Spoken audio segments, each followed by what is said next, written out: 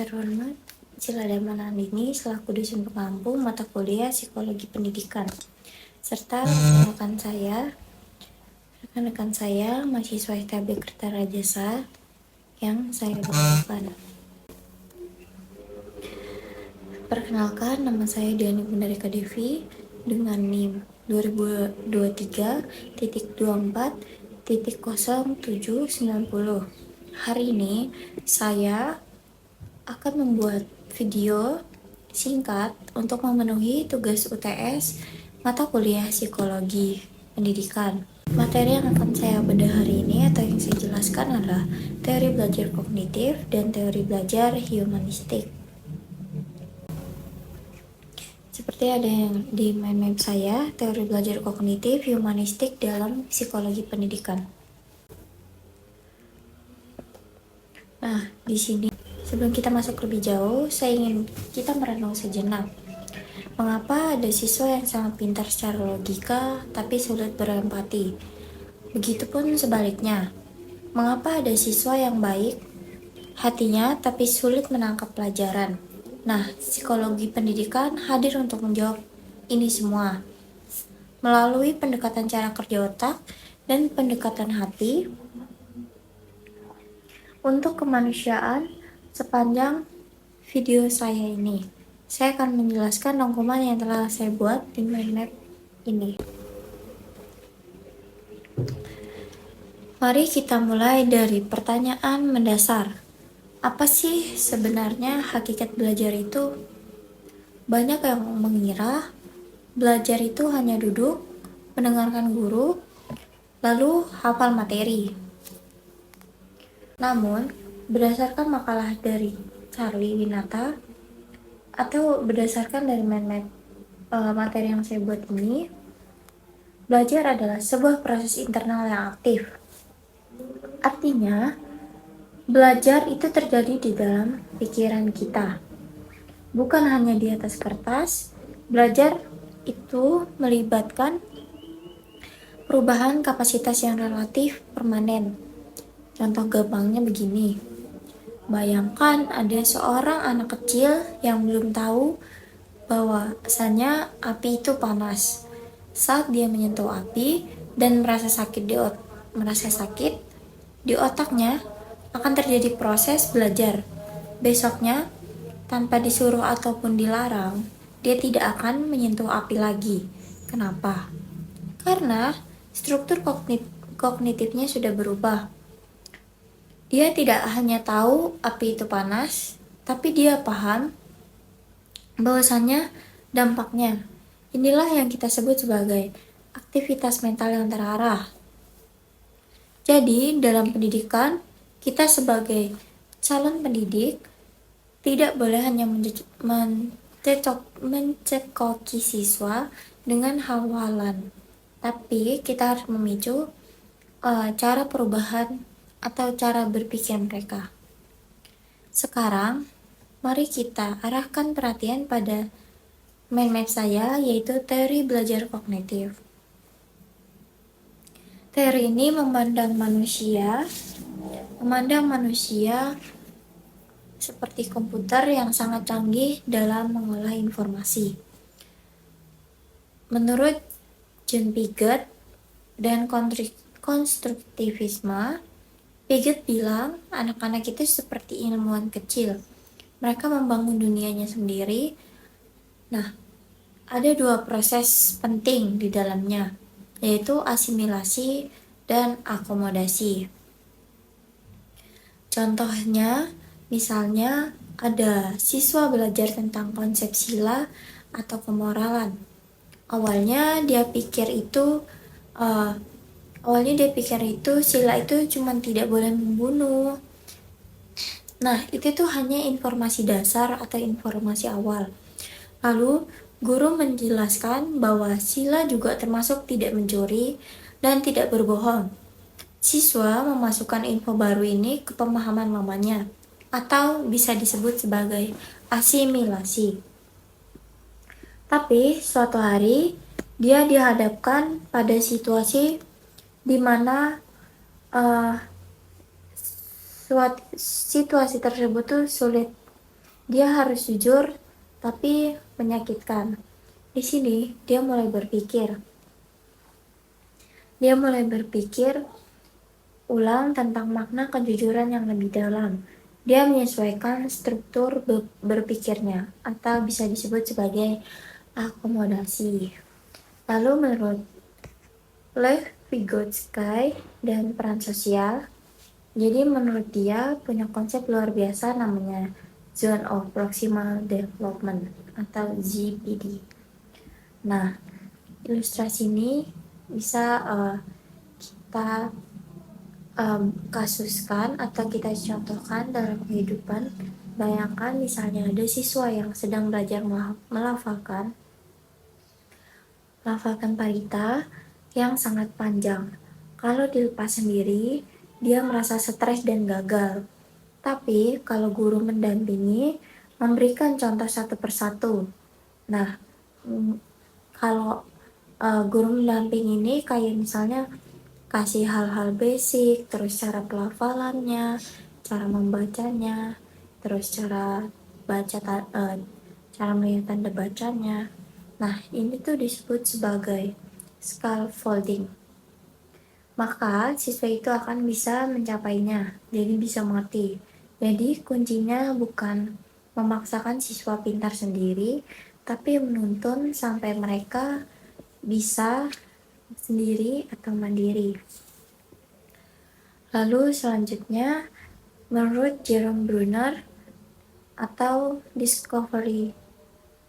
Nah, menurut Bruner ini, siswa itu aktif, gak cuman dikasih tahu jawabannya aja. Contohnya, dalam pelajaran Dhamma, daripada kita langsung bilang berbakti itu kepada orang tua itu wajib, lebih baik kita ajak siswa bercerita tentang pengorbanan orang tua mereka. Biarkan mereka menemukan sendiri atau mencari sendiri kesimpulan bahwa berbakti itu penting.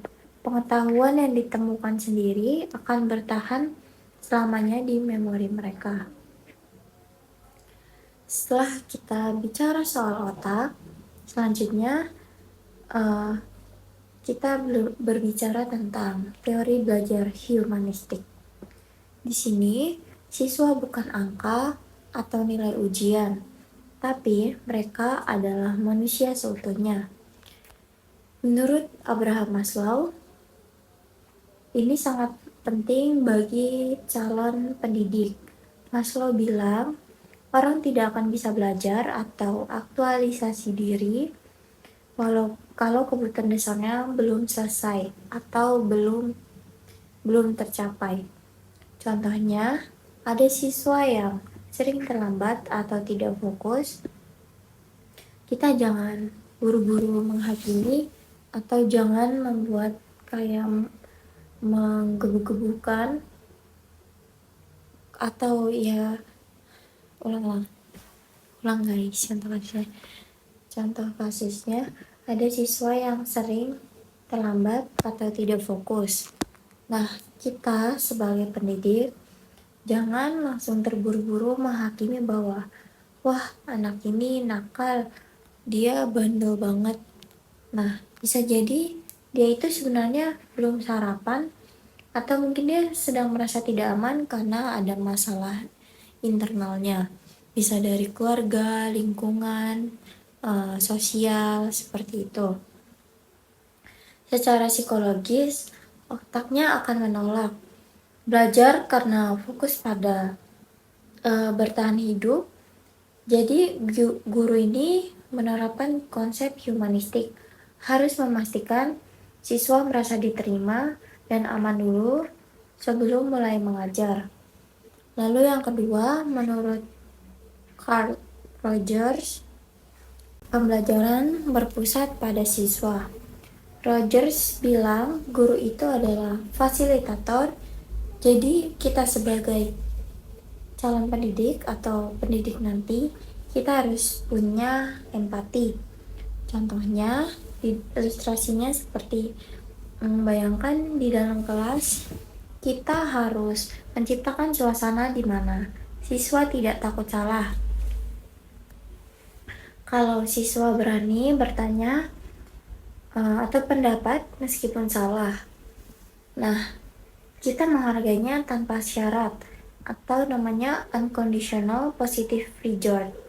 Maka rasa percaya diri siswa akan tumbuh. Inilah yang membuat mereka mengerti atau mencintai proses belajar. Jadi mereka merasa kayak diberi ruang bebas, diberi ruang terbuka untuk berpendapat, memberi masukan, memberi pendapat tanpa dihakimi. Dan juga guru juga perlu untuk memberi pemahaman kepada siswa lain untuk tidak mengejudge atau tidak mengejudge kepada murid-murid lain atau teman-temannya untuk ketika menjawab salah itu ditertawakan atau bagaimana, tapi diterima saja karena itu kan pendapat masing-masing. Lalu, apa kesimpulannya? Apakah kognitif lebih penting dari humanistik? Jawabannya, keduanya harus berjalan beriringan atau berjalan bersama. Jadi dilakukan secara seimbang. Kognitif, humanistik. Jadi 50 kognitif, 50 humanistik. Jadi seimbang atau balance. Nah, teori kognitif memberi kita atau memberi dalam pendidik nanti cara mengolah informasi agar cepat paham. Sedangkan teori humanistik memberikan kita jiwa atau mengapa kita harus belajar dan bagaimana menghargai diri sendiri. Jadi kognitif itu lebih ke otak, lalu untuk humanistik itu lebih ke jiwa atau di dalam diri. Jadi penerapannya seperti kita sebagai calon guru, pendidik, kita bisa menggunakan metode diskusi kelompok. Di sana siswa mengolah info atau kognitif. Tapi di saat bersamaan kita juga mengajarkan cara menghargai. Jadi kita belajar menghargai pendapat teman, bekerja sama, dan membangun empati atau humanistik. Kita tidak hanya mencetak atau membuat anak-anak nanti itu menjadi pintar saja, tapi orang yang menjadi manusia yang benar, jadi manusia yang memiliki moral dan memiliki empati kepada orang-orang. Jadi tidak hanya sekedar pintar, tapi ya dengan hati dan empati. Jadi mengerti perasaan orang lain juga secara karakter. Terakhir, saya ingin mengutip sebuah pemikiran bahwa mendidik pikiran tanpa mendidik hati adalah bukan pendidikan sama sekali. Melalui kombinasi dua teori ini, saya berharap kita semua bisa menjadi pendidik yang tidak hanya memberi ilmu atau mentransfer ilmu, tapi juga memberikan nilai-nilai kemanusiaan, nilai-nilai empati dan moral. Demikian video dari materi saya tersebut. Terima kasih. Mohon maaf jika ada salah kata. Semoga bermanfaat bagi semua. Satihotu Namo Buddhaya.